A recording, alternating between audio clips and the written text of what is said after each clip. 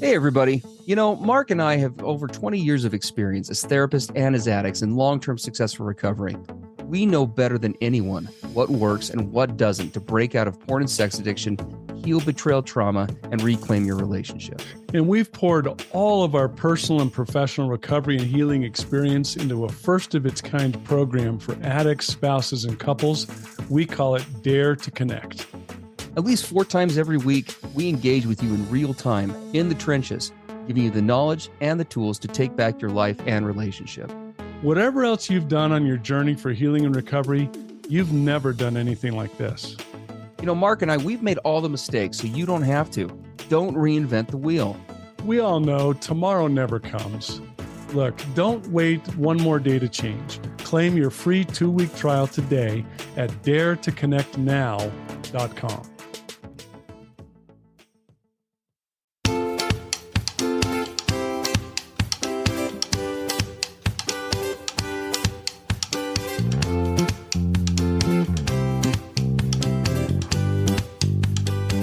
Hey, everybody.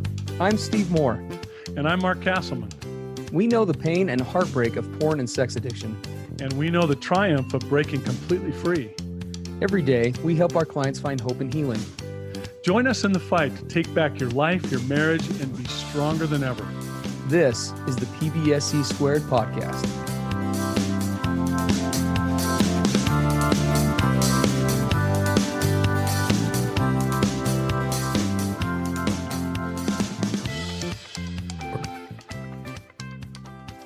Hey, everybody, Mark and Steve on the PBSE podcast. Glad you're with us. Our episode today, episode 158, it actually comes from a PBSE listener that sent us in a description of her situation and some really awesome questions. And so we wanted to address this today. So it looks like she's engaged, and she's engaged to a guy who has an addiction history. Pornography addiction, love addiction, sounds like maybe even, addiction where he acted out with other individuals.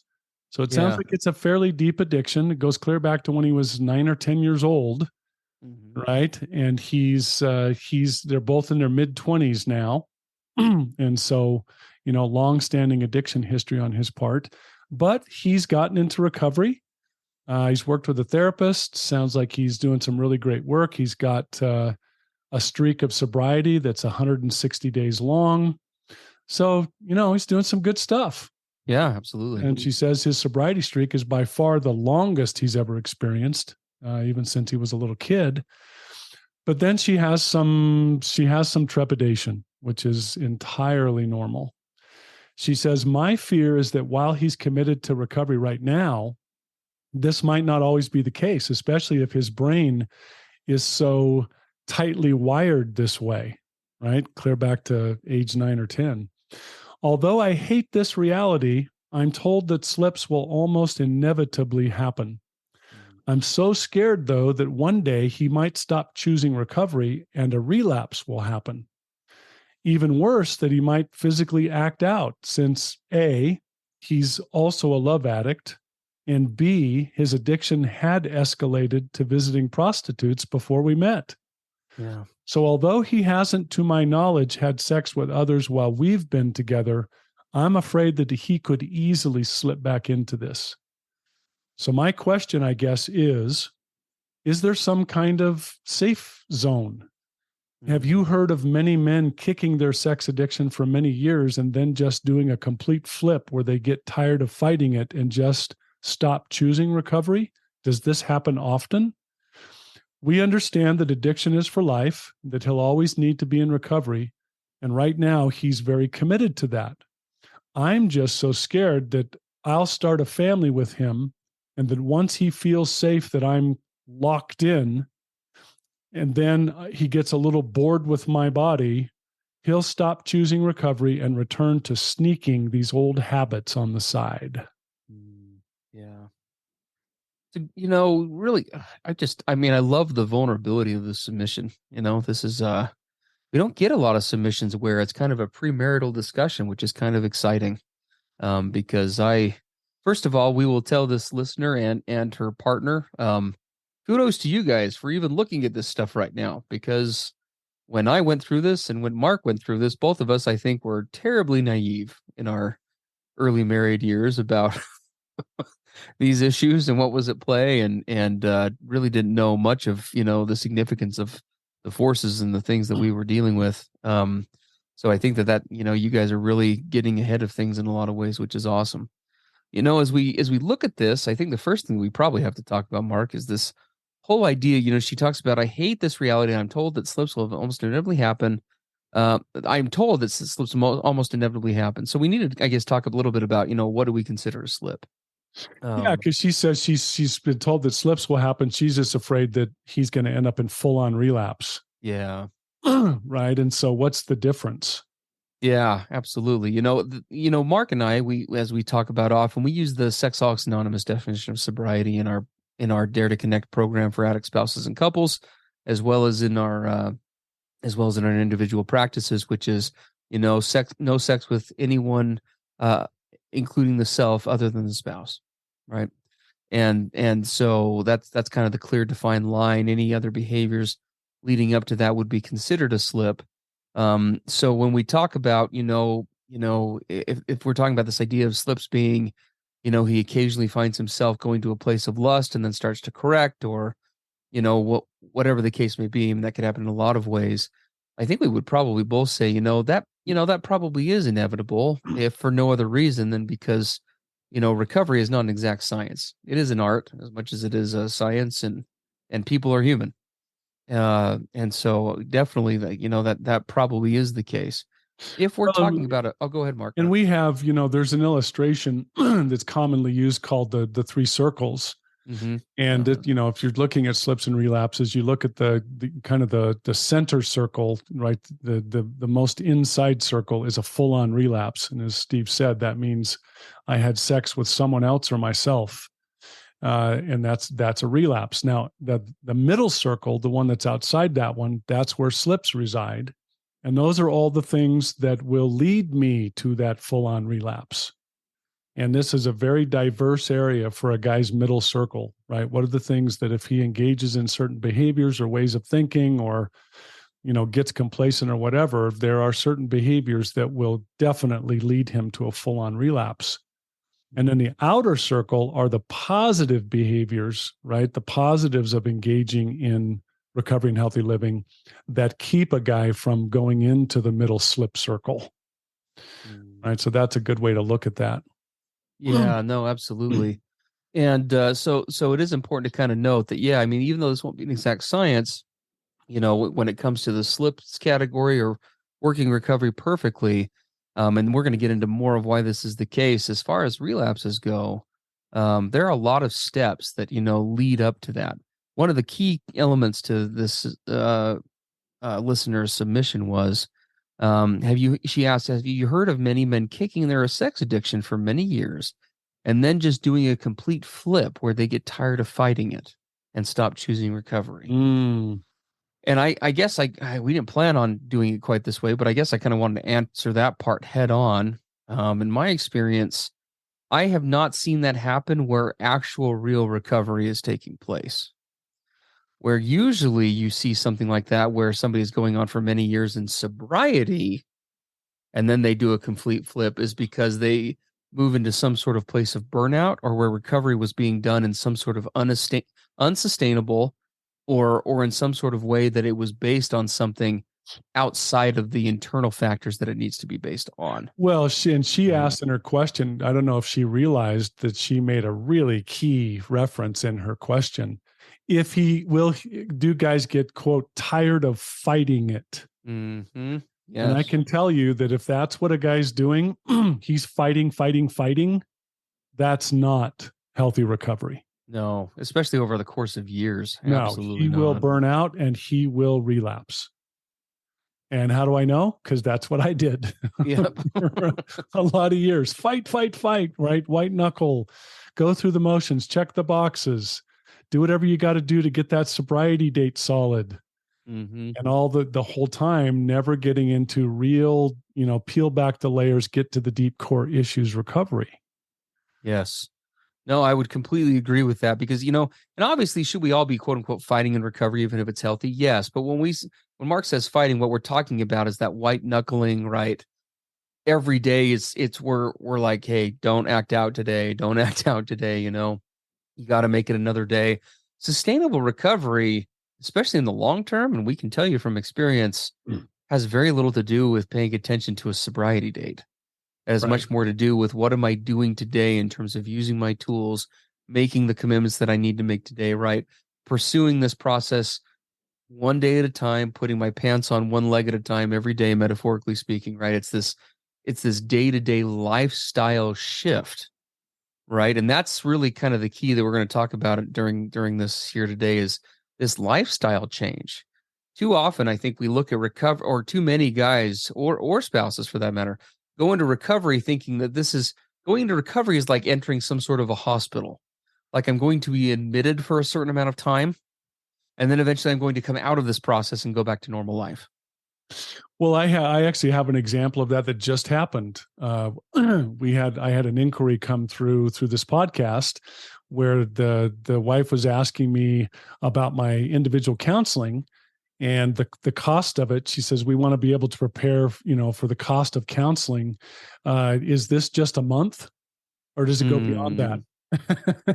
Right? Yes. Is your program a month or does it go longer? And that's an example of someone that really doesn't understand what it takes in order to get into making this a lifestyle. Right. I mean, there's just no I mean, if you look at Patrick Carnes' work, kind of the godfather of this whole movement, what does he say it takes to be fully healthy and, to go fully forward? How many years? Oh, we're looking at 3 to 5. 3 to 5 is what he says. And we don't say that to make all of you feel hopeless. Oh, no. Please don't misunderstand us. That doesn't mean it takes 3 to 5 years and then we start doing okay. Right. You can start making some really wonderful progress in the first several weeks. Mm-hmm. But it's what is your expectation about how long, right? People say, how long is this going to take? Yes. And if you're asking that, you're on the wrong track right from the beginning.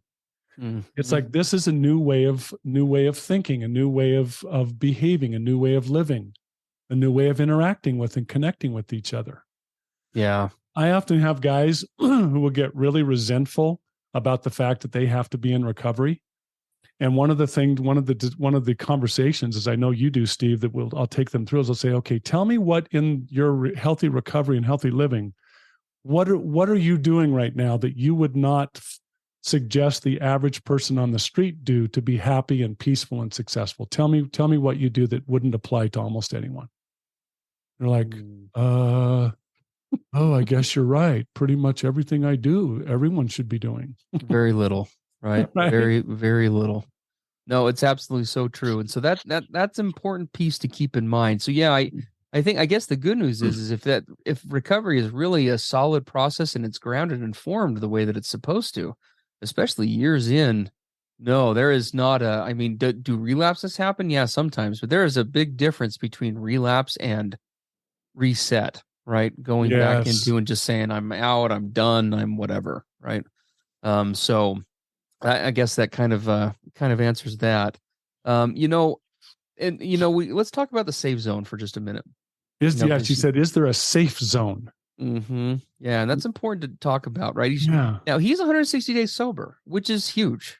I mean, that's nearly that's nearly half a year. That's coming up on 6 months, which is excellent. Yeah. And she does go on to say, he has good supports in place. But here's the other element, right? That wasn't mentioned. Now this may already be being answered, and that's definitely possible, but we just didn't see it in the question. So something to consider. One thing that we didn't see that would be troubling if it hasn't been addressed is what are the specific issues, not only that feed this, right? Like where do his triggers come from? What commonly leads to that? What are the scary issues or the slipping points? But more significantly, what are the origins of the addiction in the first place? Right? Has that been fully explored? Is that still being explored?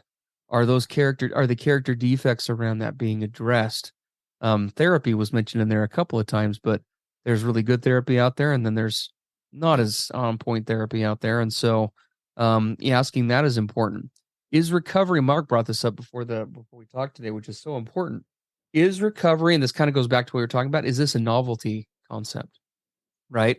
Is this something that he primarily and also you are really committed to long term? Or is this a nice idea, right? Leading up to, and again, we're not saying that it is by any means, because this could be very sincere. It's just something to ask. Are both of you, is he, are you, and are you both, are you guys looking at this again as that lifestyle change, as a way of Yes. living going forward, right? Is this something you're prepared to build a relationship on? If 12-step meetings, for example, are working for him, is he prepared? Are you prepared for him to be going to those once a week? I do. I'm 8.5 years sober, and almost without fail, I attend at least one meeting every week. That's part of the cost for the process for me. Now, Well, it's not a huge one, but you've it had is an part of it. accountability partner. Your accountability gosh. partner, you and Steve have been what, together longer than a decade? Not that long, but we're coming up on like 8 years or so. 8 years, and you guys touch base like pretty close to every day after 8 years. Yeah, I mean, it's hit and miss sometimes, but it rarely it doesn't go more than several days without I mean, it's consistent, and that's been going on a long time, right? Mhm. And again, they're not huge things. They are small investments, but that consistency piece, I mean, that's a dedication that takes time. And just being candid with this listener, we don't want to instill unnecessary fear. 160 days is really commendable, but at the same time, when you're looking at a little bit less than 6 months, that's still fairly new in the process. Definitely. And it just is. It's not good or bad, it just is. And Well, and here's the challenge that can happen with the fact that it appears they're not yet married. mhm, And we'll do all kinds of things as guys when we're engaged. yes, we will. I'll change all kinds of things. I'll put on a different face, right? And this is one of her concerns. She says this, and Steve, when Steve and I read this, it just leaped out at us. We're like, whoa. And what she says is, once they're married, once they've started a family, he feels safe that and here's the word she used, once he feels safe that I'm locked in. And boy, did that phrase jump out at us. Yeah. You're locked in? What does that mean? Yeah. Again, we're reading into a small submission, right? So admittedly, we're just poking and prodding a bit here because we could be off base, but I mean, I'll tell you, my wife was very aware of my issues before we went into this. I mean, we went in horribly naive. We didn't know the significance of them. But my wife, I can tell you uncategorically, there was never a thought of is Steve gonna wait till I'm locked in and then he's got me and I'm stuck. Now that fear could stem from lots of things, right? That could stem from past relationship trauma. That could be from bad breakups. That could be also maybe instilled in the therapy process, but it also could be instilled by some behaviors that have been going on in this relationship. And if Yes. that is the case, we think it's really important that you're paying attention to that, right? Where does that thought come from? If wherever the trust issues come from, we would strongly recommend knowing what you're jumping into. Because can you guys have?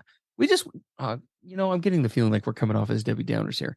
Can you guys have a successful marriage? The answer is absolutely. Oh, for sure. 100%, right? Yeah, no question. There are things you got to do to make, set the deck in your favor. And if you're going into a relationship, we're our best selves in the dating and engagement process. If you're going into a relationship with those kinds of fears, those need to be addressed. Yes. Right? And that whether it's past breaches of trust in this relationship, or maybe there are some trust or trauma issues for the submitter of this submission to the podcast maybe needs to work through, or whatever it is, you want to be getting that relationship to as high of a trust degree as possible once prior to getting married, because there will be lots of challenges in that area after. Yeah, one of the things we highly, highly encourage this couple to engage in, and all couples who are considering, marriage, we don't want to get the hard issues out on the table, because, right, it's the novelty, the excitement, the newness. We're all into each other, all the things that go along with the courtship, but we don't want to talk about hard things, right? Don't be a downer on all this. Don't interrupt our awesome, enjoying each other. But this is the time to bring up those issues Totally. now before that commitment is made. So we highly recommend that this couple talk about the things that this gal has written into us about. Have the two of you talked about, has she been this transparent with him about her fears and her concerns and what she's worried about, or she kept this to herself? Yeah. And so if that discussion or discussions haven't taken place, they need to. And the other side of it is, what's our plan? What's our plan once we're married? I'm going to be married to a guy in recovery. What is the plan if he starts to have slips? What is the plan if he has a big relapse? Those things need to be talked about now. No, absolutely. I completely agree with that, right? Getting all that out on the table and making sure you have as solid of a plan in place as possible. Things do just get harder in a lot of ways post marriage. It's just the reality of it. And so the more you can address now, the better. I know we're getting close to wrapping this up here. And I know we've talked a little bit about the boundaries piece and having a place and plan or a plan in place, if something does happen, if relapses happen. And we want to just be careful with this because obviously it's not Mark and I's place to tell anybody what to do with their relationship. But when it comes to a relationship and a marriage and relationships following recovery, I love the Alcoholics Anonymous. It's not, I don't know if it's in their literature or not, but it gets talked about a lot in Alcoholics Anonymous meetings. If you think you're ready for a relationship, get a plant. And if you don't kill that after a couple of months, then get yourself a fish. And if you can keep that alive, right, for a few more months, then, and the saying goes, you kind of graduate up to these different things. And then well after the year mark, it says, and if you can do all those things, then the phrase ends with, you might be ready for a relationship. And that's an important phrase, to take into account when we get into a relationship or we get into a commitment and we get married. That's one thing. But when it comes to this element of having kids, and the dynamics that shift, and Mark can speak much more to this as a guy who's had them. I work with clients all the time who have. The reality is it does put a lot of new strains on the relationship. It does change the dynamics a lot. And there is no reason, I would say, to rush into the kid side of things. If you guys are planning on getting married soon, frankly, I would tell any couple I work with, this addiction or not, personally, I think that marriages work best when you give it at least an absolute minimum of a year before having kids. That's just my personal agree. Mark can maybe speak more to this, having had them, especially with this guy's history. And I don't bring his history up to shame him. Oh no. I mean, my history was the same. I mean, I started struggling with stuff when I was a little kid. Point is, I had decades of that addiction behavior before I ever got married. Yes. Well, maybe I don't know, maybe it was like 15 years or something like that before I got married. And knowing that, bringing all that into the marriage, just being with one other person is difficult enough while I'm, quote, trying to work things out in this new relationship and understand what it means to be a husband and partner. It's a whole big, huge dynamic. Recovery's hard enough.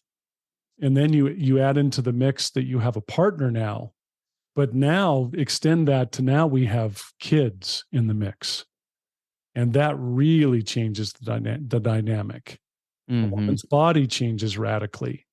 Suddenly you're not all into each other and all, every waking minute is focused on her or him. There are these other human beings that now get a lot of and need a lot of attention and a lot of focus and a lot of nurturing.